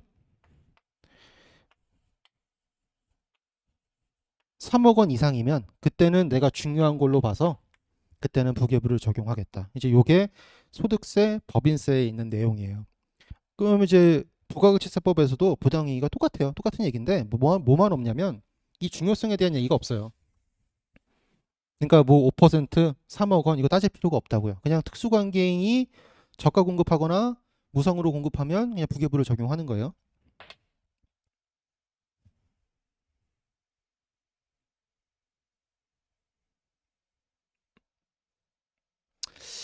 자, 그랬을 때 이제 유형을 지금 방금 봤으니까 유형대로 찢어보자고요. 우리가 이제 그 공급을 하게 되면 재화를 공급할 수도 있고요. 혹은 뭐 용역을 공급할 수도 있죠. 부당행위니까 재화를 저가로 공급하는 경우, 재화를 저가로 공급하는 경우, 용역을 저가로 공급하는 경우 이런 경우가 있을 수 있고요. 그 해설지대로 해볼까? 무상 공급부터 써볼까요? 해설지에 무상 공급부터 돼 있으니까 똑같이 한다면 재화를 무상으로 공급한다. 자, 용역을 무상으로 공급한다. 혹은 저가 공급할 수도 있어요. 받아야 될 대가보다 덜 받은 거죠, 덜. 저 재화를 저가 공급하거나, 저 용역을 저가 공급하거나 이런 경우가 있을 수 있어요. 이렇게 총 네 가지 경우가 있는데 결론부터 얘기하면 재화와 용역의 그러니까 재화의 무상 공급이든 재화의 저가 공급이든 용역의 무상 공급이든 용역의 무상 공급이든 다 뭐냐면 다 시가를 적용해요. 시가 다 필요 없어요. 다 시가예요, 시가. 네가 돈을 안 받든 적게 받든 아니 난 모르겠어. 무조건 시가예요. 시가. 그런데 이 용역의 무상 공급이죠. 얘는 예외 규정을 두고 있어요. 어떤 규정을 두고 있냐면 첫 번째, 네가 용역에 무상 공급을 했는데 그 용역이 네가 공급한 그 용역이 부동산 임대 용역이라면 첫 번째 부동산 임대 용역일 것.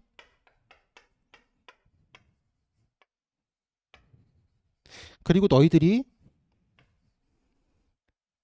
산학 협력 그 저기 7페이지에 있어요. 이제 그림 그려놓고 밑에 그 시가 예외해놓고 화살표 돼 있죠. 그 박스에 있는 내용을 지금 얘기하는 거예요. 산학협력단과 대학이라면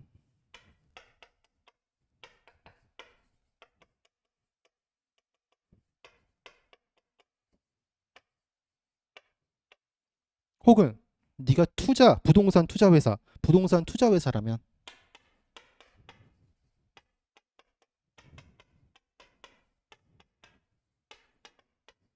그랬다면 부당행위 계산 부인 규정을 적용하지 않겠다. 이렇게 돼 있어요. 그러니까 적용하지 않으니까 어떻게 되는 거예요? 그냥 무상으로 공급한 거 그대로 인정해 주니까 과세 표준이 없는 거죠. 근데 보기 2번을 어떻게 했냐면 뭐라고 되어 있냐면 보기 2번이 특수관계인에게 시가 1,000원인 사업용 부동산 임대 용역을 제공하는데 그 괄호 안에 써 있잖아요. 부가가치세법 시행령에서 제외하는 사업용 부동산 임대 용역은 아니다. 그 괄호 안에 있는 말이 뭐예요? 얘네들이 아니라는 거예요. 그러니까 이런 게 아니에요. 이런 게 아니라 그냥 사업용 부동산 임대 용역, 일반적인 사업용 부동산 임대 용역인데 걔를 무상으로 제공하면 용역의 공급으로 보지 않는다. 그래서 과세 표준이 없다 이렇게 써져 있잖아요. 그게 아니잖아요. 얘네들만 과세 표준으로 안 본다고요. 얘네들만 용역의 공급으로 안 보니까 과세 표준이 없는 거고요. 나머지는 시가로 과세해야 되는 거예요. 그러니까 부동산 임대 용역일 때만 그런 게 아니라 이 부동산 임대 용역을 얘네들이 해야 돼요. 두 가지 요건이에요. 이거를 잘 보시고 판단을 하셔야 돼요. 보기 2번이 그 얘기였고요. 동그라미 3번 볼게요. 사업을 위해서 대가를 받지 않고 다른 사업자에게 인도한 견본품의 시가가 200원, 저 원가가 150원이라면 과세 표준은 150원이다 이렇게 되어 있는데 우리 이제 그 부가가치세법에서 재화의 공급을 들어가 보시면 실질 공급과 간주 공급으로 나뉘어지죠. 간주 공급은 다시 자가 공급, 개인적 공급, 사업상 증여, 폐업시 잔존적 이렇게 네 가지로 나눠져요. 그 중에 사업상 증여에 해당하는 얘기인데 사업상 증여로 보지 않는 경우를 법에서 얘기하고 있다고요. 그 중 하나가 견본품이에요. 견본품은 사업상 증여가 아니라서 과세 대상이 아니니까 과세 표준 그냥 없는 거예요. 빵 이렇게 되는 거죠. 그래서 문제 9번의 답은 4번이죠. 4번. 문제 10번을 볼게요.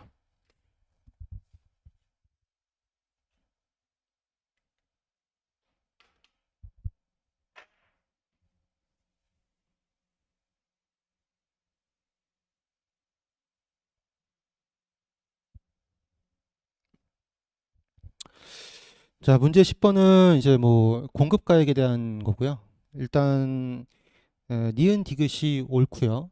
기억과 리을이 틀렸는데 기억이 뭐가 틀렸냐면 그 기억의 밑에서 두 번째 줄 있잖아요. 예. 공제한 금액을 과세 표준으로 하는 게 아니라 더한 금액을 과세 표준으로 보는 거예요. 그러니까 그 개별 서비스세, 주세, 교통에너지, 환경세 여기다가 다 더해야 돼요. 개별 서비스세, 주세, 교육세 다 더해야 돼요. 그걸 다 더한 게 과세 표준이다. 맞는 문장은 뭐 따로 안 볼게요. 맞는 문장이니까. 리을을 보시면 이게 뭐냐면 이거잖아요. 부가가치세가 포함되어 있는지 불분명해요. 내가 대가를 받았는데 여기에 부가가치세가 포함이 되어 있는 건가? 안 되어 있는 건가? 되어 있는 건가? 내가 알 수 없어요. 그럴 때는 여기 뭐라 그랬어요? 그냥 그 대가로 받은 금액을 공급가액으로 한다 이렇게 되어 있는데 얘가 아니죠. 그 받은 금액에 뭘 해요? 이 받은 금액에다가 뭘 하냐면 110분의 100을 곱하잖아요. 그래서 계산한 이 금액을 공급가액으로 보는 거죠. 그래서 리을이 틀렸어요. 그래서 10번의 답은 니은 디귿 이렇게 되어 있는 거고요. 자, 14번 볼게요. 14번.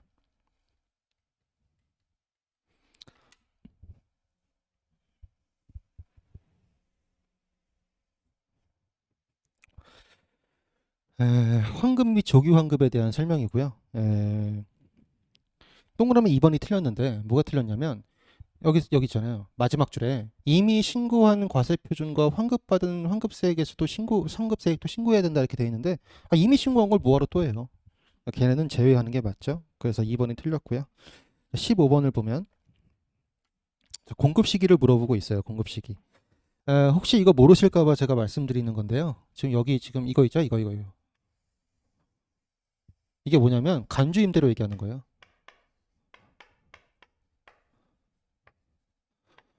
그냥 모르실까봐 제가 말씀드린 거고요. 틀린 말은 동그라미 3번이에요. 이게 중간연합이래. 중간지급조건부 공급인데 이거 정의를 좀 아셔야 돼요. 정의를 외우시고 계셔야 돼요. 중간지급조건부랑 장기할부 조건이랑 그거를 정의를 꼭 외우시고 계셔야 돼요. 중간지급조건부 정의를 좀 생각해 보면 일단 이거죠. 일단은 계약금을 받기로 한 날, 기간에 대한 얘기를 먼저 좀 해보면 계약금을 받기로 한 날이 있대요.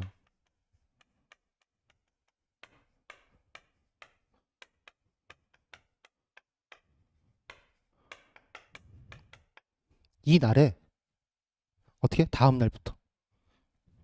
요 다음 날부터 지금 이제 용역의 중간 지급 조건부 얘기를 하고 있으니까 용역을 얘기하면 영무의 제공이 완료되는 날.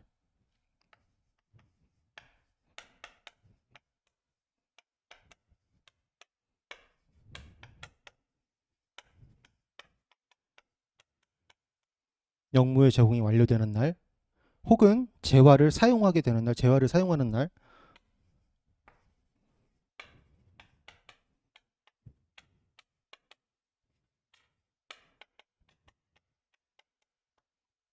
까지의 기간이 요 기간이 6개월 이상이어야 돼요.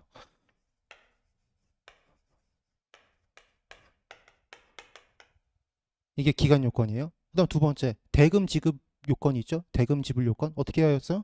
법에서는 어떻게 표현하고 있냐면 네가 중간 지급 조건부로 받을 대가가 요만큼이라고 한다면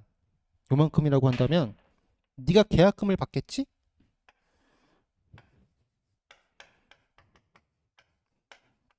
계약금 받고 이 나머지 부분 있잖아. 이 나머지 부분을 적어도 2회 이상 분할해서 받아야 돼. 이렇게 얘기하거든. 1회, 2회 이렇게. 뭐 2회라는 말은 안 들어가 있어요. 그냥 계약금 2회의 대가를 분할해서 받을 것 이렇게 돼 있거든요. 분할한다는 게 뭐 2회니까 뭐 3회가 될 수도 있죠. 뭐 4회가 될 수도 있고 뭐 이렇게. 그러면 이 대금 요건을 어떻게 정리할 수 있을 거냐면 대금을 적어도 몇 번에 걸쳐 쪼개서 받아야 되냐면 최소한 3번이죠. 이렇게? 이게 대금 요건이에요. 그래서 말로 외우는 게 힘들다면 이제 요 그림으로 잘 이해를 해보세요. 이게 중간 지급 조건부인데 이렇게 중간 지급 조건부를 하게 되면 요 계약금을 받는 날이 있을 거고요. 계약금 이외의 대가를 쪼갰다면 분할했다면 요걸 이제 중간에 받는다 그래서 중도금이라고 부르고요. 이제 나머지 금액은 잔액이라고 부르죠.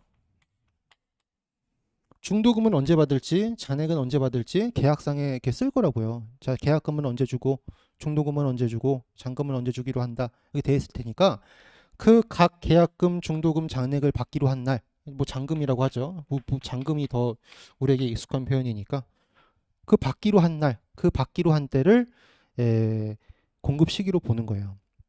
근데 여기서 지금 그 동그라미 선물에서 하는 얘기 뭐냐면 이 잔금을 받기로 한 날 이후에 받으면 어떻게 할 거냐 그 얘기를 하거든요. 보세요. 보기 3번을 읽어보면 중간 지급 조건부로 용역을 공급하는 경우에 영무의 제공이 완료되는 날 이날 보통 잔금을 받겠죠.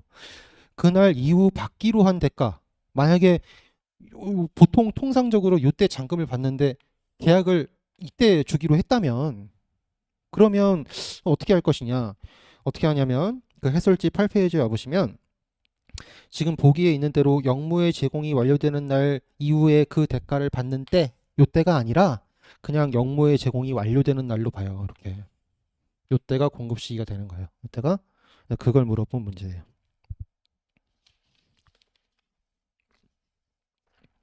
자 이제 그 문제 11번을 가보죠. 11번 국세징수법 한 문제 나왔어요. 한 문제. 두 문제? 두 문제. 두 문제 나왔죠. 두 문제.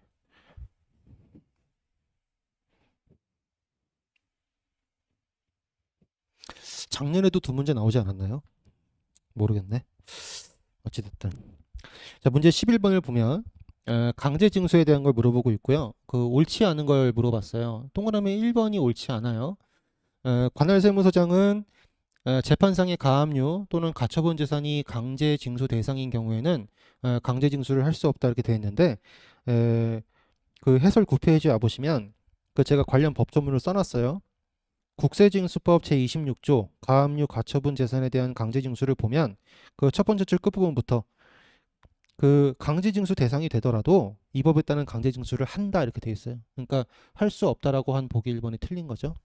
관련 법조문 확인해 보시면 되고요. 이제 문제 12번 볼게요. 12번 압류에 대한 설명인데요. 옳지 않은 걸 골라보라고 했어요. 2번이 옳지 않아요. 뭐가 틀렸냐면 그 두 번째 줄 끝부분 직접 열 수는 없다. 요 문구가 틀렸어요. 이게 그 해설 9페이지에 보시면 국세징수법 제35조 수색에 관한 얘기인데요. 아니, 수색이 뭐예요? 쳐들어가서 막 찾는 거 아니에요? 근데 직접 열 수 없으면 뭐 하자는 거예요? 당연히 직접 열 수 있는 거죠. 상식적으로 생각해봐도 당연한 얘기죠. 그래서 문제 12번의 답은 2번이죠. 자, 이제 마지막 문제 16번을 볼게요. 상속세면 증여세법.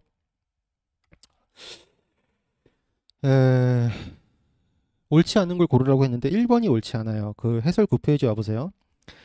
상속세 및 증여세법 제10조에 보면 그 간주 상속 재산이라 그래갖고 우리가 뭐 보험금도 있고요. 그다음 뭐 신탁 재산도 있고요. 그다음에 또 뭐 있어요? 퇴직금 이런 게 있잖아요. 그 퇴직금에 관련된 내용인데요. 그거 읽어볼게요. 해설 9페이지 거기. 피상속인에게 지급될 퇴직금, 퇴직수당, 공로금 뭐 이런 것들이 있는데 만약에 이런 것들이 피상속인의 사망으로 인해서 상속인에게 지급이 되면 걔는 상속재산으로 본다. 그러니까 간주상속재산이다. 이렇게 얘기를 하는 거죠. 간주라는 건 무엇으로 간주한다. 사실은 아니지만 그것으로 보겠다. 이게 간주죠. 같은 말로 의제 이런 말이 있죠. 그래서 우리 그 법인세나 소득세를 보게 되면 의제 배당이라는 게 있잖아요. 진짜 배당은 아닌데 세법에서 배당으로 봐서 간주해서 의제해서 배당으로 과세하겠다. 그 간주 의제 그런 의미예요. 그래서 퇴직금 이런 거를 이제 피상속인이 사망해서 상속인이 받게 되면 걔를 이제 상속재산으로 보는데 그렇지만 이런 것들은 상속재산으로 보지 아니하겠다고 이제 열거하고 있어요. 여러 가지가 있는데 제가 그냥 하나만 갖고 온 거예요.